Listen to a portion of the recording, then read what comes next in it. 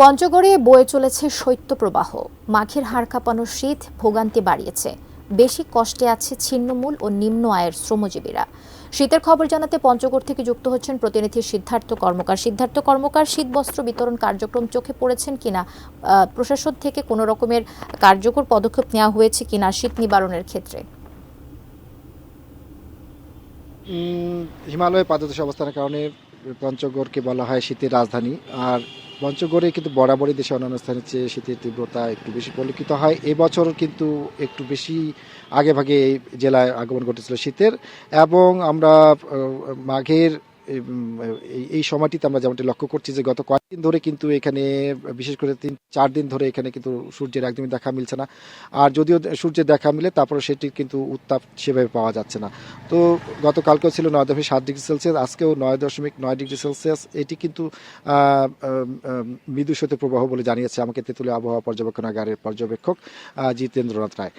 তিনি যেমনটি বলছিলেন যে আসলে এই মাঘ মাস জুড়ে কিন্তু শীতের এই যে প্রকোপতা সেটি কিন্তু পঞ্চগড়ে অব্যাহত থাকবে এবং ফেব্রুয়ারি সামনের মাসটি সেখানেও কিন্তু সম্ভাবনা রয়েছে এখানে শীত থেকে যায়। তো সাধারণ মানুষের, নিম্ন আয়ের মানুষ, খেটে খাওয়া মানুষ, শ্রমজীবী মানুষদের কিন্তু দুর্ভোগের কথা না বললেই নয়। তারা যেমনটি বলছেন যে তাদের যে আয় রোজগারের মাধ্যম সেটি চরমভাবে ব্যাহত হচ্ছে। আমার সাথে রয়েছে একজন, তার সাথে জানতে চাইবো যে আসলে শীতের কারণে আপনাদের কিরকম সমস্যার সম্মুখীন হচ্ছেন, আয় রোজগার কিরকম হচ্ছে?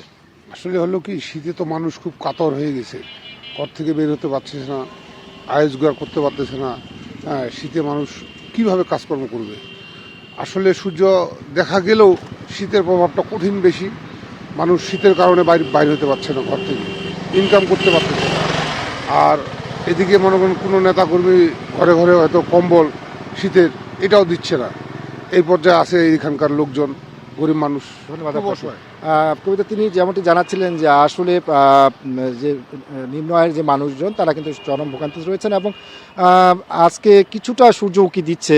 তবুও জেলা প্রশাসনের পক্ষ থেকে আমাকে জানানো হয়েছে, জেলা প্রশাসক সাবেত আলী তিনি আমাকে যেমনটি বলেছেন যে আসলে তারা কিন্তু এই পর্যন্ত 17,000-এর বেশি শীতবস্ত্র তার সরকার বিতরণ করেছেন এবং 33 লক্ষ টাকা তারা কিন্তু বিভিন্ন পৌরসভা এবং ইউনিয়ন পরিষদ পর্যায়ে তারা কিন্তু বিতরণ করেছেন শীতার্তদের সাহায্যার্থে। এবং এছাড়া কিন্তু বেসরকারি স্বেচ্ছাসেবী সংগঠন থেকে শুরু করে সমাজের বিত্তবান থেকে শুরু করে রাজনৈতিক ব্যক্তিত্ব তারা কিন্তু নিজ নিজ অবস্থান থেকে তারা শীতবস্ত্র বিতরণের যে কার্যক্রম তারা অব্যাহত রেখেছেন। তো যে এখনো মোটামুটি 1টি মাস রয়েছে পঞ্চগড়ে যে শীত সেটি এখনো দেখার, সাধারণ মানুষের দুর্ভোগ সেটি কত পর্যন্ত দাঁড়ায় সেটি দেখার। তো পঞ্চগড় থেকে এই ছিল আমার সর্বশেষ তথ্য।